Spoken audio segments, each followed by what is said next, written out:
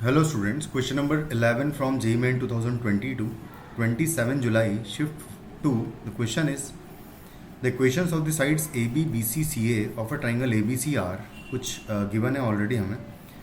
तो अगर मैं एक डायग्राम बनाऊँ तो कुछ इस तरीके से मान लेते हैं ये ट्राइंगल ABC है, जिसमें A ये है, B यहाँ पर है और C यहाँ पर. तो जो AB लाइन का इक्वेशन है वो हमें गिवन है कि ये है 2x + y = 0. BC लाइन का इक्वेशन मुझे गिवन है x + py = 39 और AC लाइन का इक्वेशन x - y = 3 गिवन है. और P पॉइंट गिवन है 2,3 is the circumcentre of the triangle, जो कि कहीं बीच में कहीं पर इस तरीके से 2,3 ये P पॉइंट हमें गिवन है circumcentre of the triangle. Circumcentre basically perpendicular bisector sides का जो परपेंडिकुलर बाइसेक्टर होते हैं उनका इंटरसेक्टिंग पॉइंट होता है. अब सबसे पहले तो मैं A वर्टेक्स निकाल सकता हूँ AC और AB लाइन को सॉल्व करके. तो मैं इन दोनों को एक बार सॉल्व कर लेता हूँ. तो 2x + y = 0 है एंड x - y = 3 गिवन है. इनको ऐड करूँगा तो 3x का वैल्यू 3 यानी कि x का वैल्यू हो जाएगा 1. तो x कोऑर्डिनेट 1 आ गया. तो y कोऑर्डिनेट जो है वो बेसिकली -2 हो जाएगा. तो यानी कि पॉइंट A के कोऑर्डिनेट्स आ गए 1, -2. उसके बाद फिर मैं क्या करूँगा कि दोनों परपेंडिकुलर बाइसेक्टर्स निकाल लूँगा यहाँ वाले, जो कि इस पॉइंट से ऑब्वियसली पास हो रहे होंगे क्योंकि ये सरकम सेंटर है. तो पहला AB लाइन का परपेंडिकुलर बाइसेक्टर जो है इस लाइन के परपेंडिकुलर होगा. 2x + y = 0 लाइन के परपेंडिकुलर लाइन होगी x - 2y = सम लैम्डा, और उसको मैं 2,3 से जब पास करूँगा तो लैम्डा आ जाएगा. 2,3 से अगर पास कराएंगे तो हो जाएगा 2 - 6 = हो जाएगा लैम्डा, यानी कि लैम्डा हो गया -4. तो इक्वेशन हो जाएगी x - 2y और +4 कर देते हैं = 0. ये हो जाएगी हमारी equation of perpendicular bisector of side AB. Same में मैं जो इस साइड का परपेंडिकुलर बाइसेक्टर है वो भी निकाल लूँगा AC साइड का. तो उसको निकालने के लिए हम लोग इस लाइन के परपेंडिकुलर लाइन लिखूँगा जो कि होगी x + y = सम म्यू कर देता हूँ मैं इस बार. और उसको भी 2,3 से अगर पास कराएंगे तो 2 + 3 = म्यू हो जाएगा. तो म्यू का वैल्यू 5 आ जाएगा. तो जो equation of perpendicular bisector of side AC होगा वो हो जाएगा -5 = 0 कर देते हैं. ये आ जाएगा. उसके बाद हम क्या करेंगे, नेक्स्ट जो प्रोसेस है वो ये है कि हम B और C पॉइंट भी निकाल सकते हैं, क्योंकि ये अगर परपेंडिकुलर बाइसेक्टर है तो इसमें अगर मैं इमेज ऑफ पॉइंट 1, -2 लूँगा तो बेसिकली मुझे पॉइंट B ही मिलेगा. और सेम में मैं इस वाले परपेंडिकुलर बाइसेक्टर में अगर मैं A का इमेज लूँगा तो वो मुझे पॉइंट C ही मिलने वाला है. तो एक बार कर लेते हैं ऐसा. तो सबसे पहले तो इस लाइन में मैं इमेज निकाल लेता हूँ. तो हो जाएगा x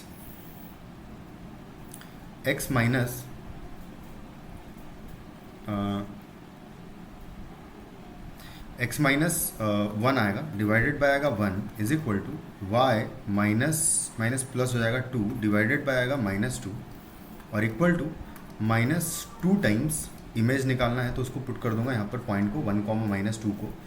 तो 1, -2 पुट करेंगे तो हो जाएगा +4 और आएगा +4 और डिवाइडेड बाय a² + b² यानी कि 1 का स्क्वायर प्लस 2 का स्क्वायर. तो 4 हो जाएगा 5 हो जाएगा बेसिकली. तो इसको सॉल्व करूँगा अगर मैं तो ये हो जाएगा 9/5 आएगा. तो 9 × 2 18 हो जाएगा. तो -18/5 हो जाएगा यहाँ पर वैल्यू इसका. तो x का वैल्यू आ जाएगा 1 - 18/5 यानी आ जाएगा -13/5. और y का वैल्यू अगर निकालूंगा तो आएगा -36/5. 36/5 माइनस कर देंगे इसमें से 2 अगर, तो 5 दूनी 10 करेंगे तो आएगा ये 46 -46/5 हो जाएगा value of the y coordinate of point A and B point. तो B पॉइंट बेसिकली मेरे पास आ जाएगा. ये जो B पॉइंट होगा वो हो जाएगा -13/5. और अच्छा सॉरी, यहाँ पर हम एक मिस्टेक कर दी. यहाँ पर माइनस माइनस दोनों है तो एक्चुअली प्लस हो जाएगा ये.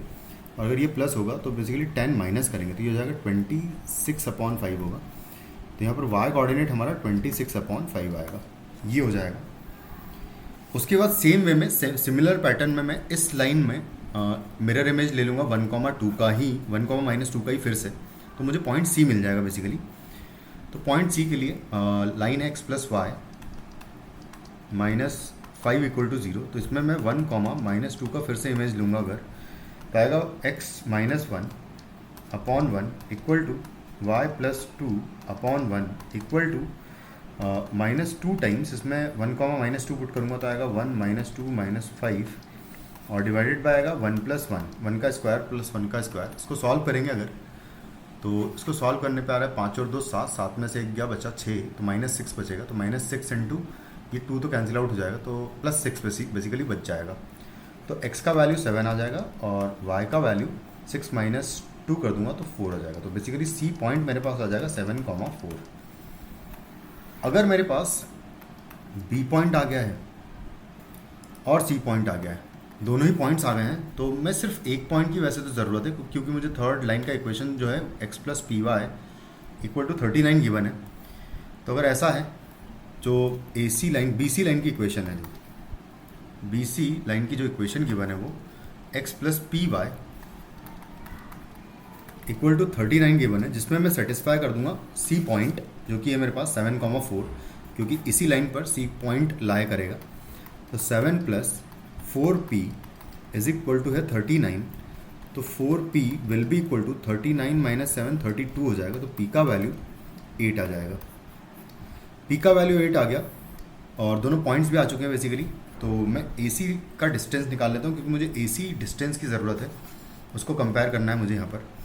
तो डिस्टेंस AC इक्वल टू हो जाएगा √, C पॉइंट है 7, x कोऑर्डिनेट उसका है, और A पॉइंट भी लिख देता हूँ मैं। A पॉइंट ऑलरेडी यहाँ पर देखो लिखा हुआ है, ये A पॉइंट है मेरा। तो इन दोनों के बीच की डिस्टेंस निकालना है, तो 7 - 1 का स्क्वायर करूँगा और आएगा +4 माइनस प्लस हो जाएगा 2 का स्क्वायर।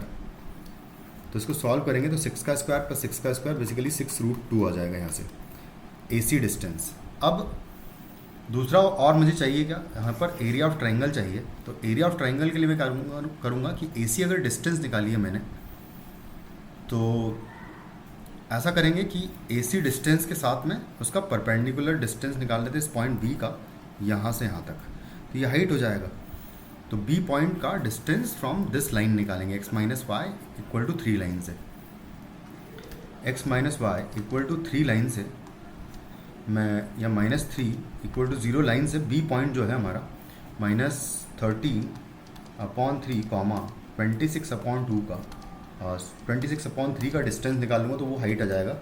तो मैं HC डायरेक्टली लिख देता हूँ कि वो हो जाएगा कितना, -13/3 माइनस होगा 26/3 और आएगा -3 होल डिवाइडेड बाय आएगा √ के अंदर 1 का स्क्वायर प्लस 1 का स्क्वायर, और पूरे का मॉड जो है वो आ जाएगा डिस्टेंस।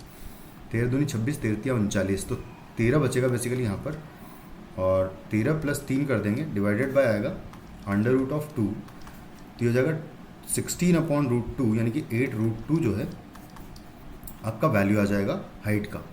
तो जो एरिया ऑफ ट्रायंगल होगा, कि एरिया ऑफ ट्रायंगल ABC = होगा 1/2 into base is 6√2 AC and height निकाल ली हमने 8√2। तो यहाँ से हमें जो एरिया मिलेगा वो आ जाएगा 48, और ये 2 कैंसिल आउट हो जाएगा बेसिकली। तो 48 जो है हमारा एरिया आ रहा है यहाँ पर, एरिया ऑफ ट्रायंगल ABC आ रहा है। तो 48 अगर आ रहा है, एक बार हम फिर से ट्राई करते हैं, चलो ठीक है। एरिया ऑफ ट्रायंगल निकालने के यहाँ पर क्या करेंगे, ये कितना हो रहा है अभी, 16√2 रहेगा। तो √2 से अगर हम लोग मल्टीप्लाई डिवाइड करेंगे, 8 × 2 लिखा हुआ है, ये करेक्ट है, और 8 × 2 ये हमने साइड B का डिस्टेंस फ्रॉम दिस साइड अगर निकालेंगे तो ये हमें हाइट मिलेगा, और AC हमने निकाला है 6√2, क्योंकि 7,4 जो है ये कोऑर्डिनेट है हमारा, और इसी को मैं बेस मान लूँगा। 6√2 जो हमने निकाला है ये बेस हो जाएगा। और हाइट अगर देखें तो B का कोऑर्डिनेट जो कि हम निकाले हैं, B के जो पॉइंट है वो है 13/5 है, सॉरी, पर हमने मिस्टेक कर दी है, ये 5 है और यहाँ पर भी 5 है, तो बेसिकली यहाँ पर 5 आएगा और यहाँ पर भी 5 आएगा। तो इसको अगर कैलकुलेट करेंगे, थोड़ा सा चेंज कर लेते हैं, कैलकुलेशंस देख लेते हैं, तो ये हो जाएगा कितना, -39/5, और बेसिकली ऐसे ही लिख लेते हैं कि -15 कर देता हूँ इसको मैं, और डिवाइडेड बाय 5√2 हो जाएगा ये, तो इसका मॉड आएगा। तो इसको कैलकुलेट करूँगा तो 39, 40 प्लस 15 करूँगा तो 55 होता, तो 54 हो जाएगा, एंड डिवाइडेड बाय आएगा 5√2, ये हो जाएगा आपका हाइट। तो यहाँ पर हाइट जो है हम लोग ये रखेंगे, इसको एक बार फिर से कैलकुलेट कर ही लेते हैं अच्छे से। तो ये हो जाएगा 1/2 into base is 6√2 and into height is 54/5√2, कुछ इस तरीके से है। तो इस √2 से √2 कैंसिल आउट कर दूंगा मैं, और ये 3 टाइम्स कैंसिल आउट हो जाएगा। तो इसको जब मल्टीप्लाई करूँगा 54 में, तो 54 तो 150, 4 तिया 12, 162 आएगा, एंड डिवाइडेड बाय आएगा 5।